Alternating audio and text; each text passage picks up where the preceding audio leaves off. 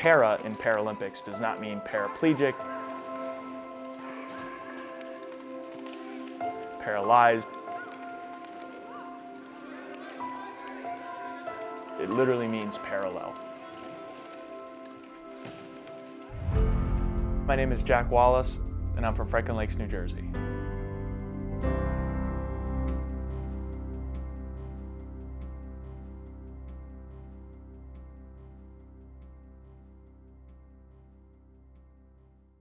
He was very easygoing as a baby. He was always happy. We used to call him Smiling Jack.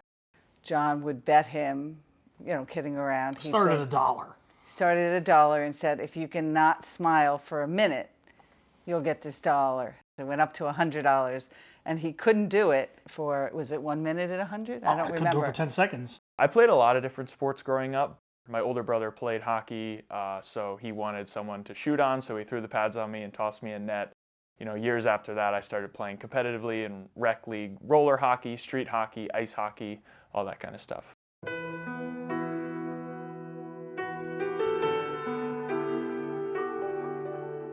We used to go to Lake George every year, camping for a vacation, and we would stay on an island.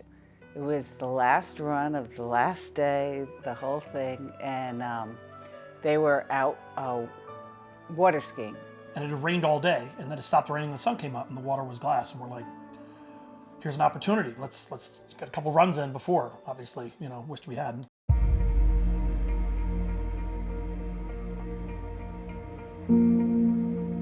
I ended up getting run over by the boat I was water skiing off of and ended up losing my right leg above the knee. I was in a medically induced coma for 3 days. When he came out of the coma, we had to tell him what had happened. Obviously, it was a big shock when I woke up in the hospital missing a leg. You said to Jack, while we're in the hospital, we're gonna be sad, but when we leave here, that's it. How are we gonna make this work? You can do anything you want, Right. You just have to figure out a way to do it.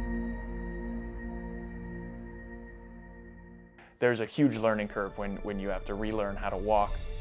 The following summer, I went to a camp called Camp No Limits. It's an organization for kids and families with limb loss and limb difference. And it was there that I realized, I'm not the only one. I'm not the only kid that's an amputee. They asked me what my favorite sport was, and I said hockey, and they told me about sled hockey. We found a local team out of Woodbridge, New Jersey. Then they were the Rangers, now they're the Woodbridge Warriors, and they got me on the ice right away. Sam, are you on D?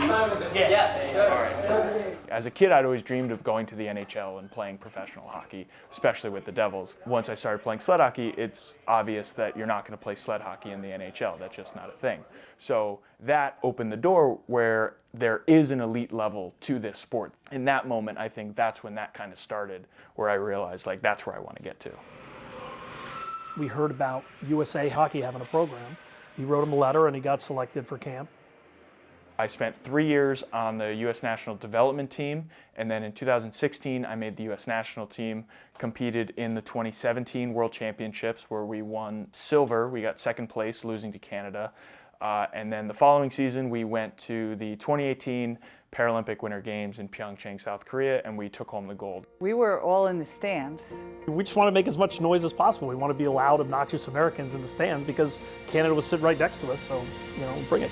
It was in overtime, so sudden death overtime, so we weren't waiting on a clock, we were actually, it ended on a goal. The 5 seconds of oh my God, we won the game, and then we kind of turn around, and then you realize where you are, and you realize what just happened, and then it all comes crashing in on you that you just won a gold medal.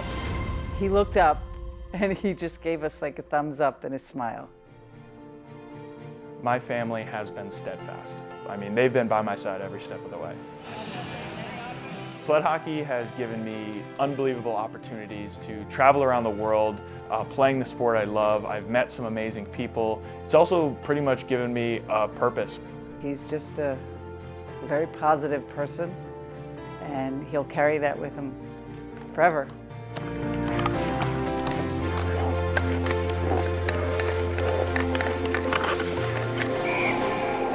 My aim is set on the Beijing Games. After that, Paris is in 2024, so I will be pushing for that as well. There's two kinds of amputees in the world. Okay, there's ones where being an amputee is who they are.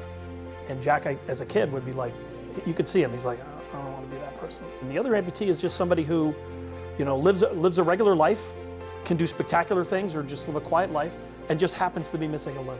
The opportunities are really endless for them. So we just kind of, you know, we have 4 kids, so like I said, we're not worried about Jack. You get out what you put in. That's kind of like my mantra. It's been my mantra for a while at this point.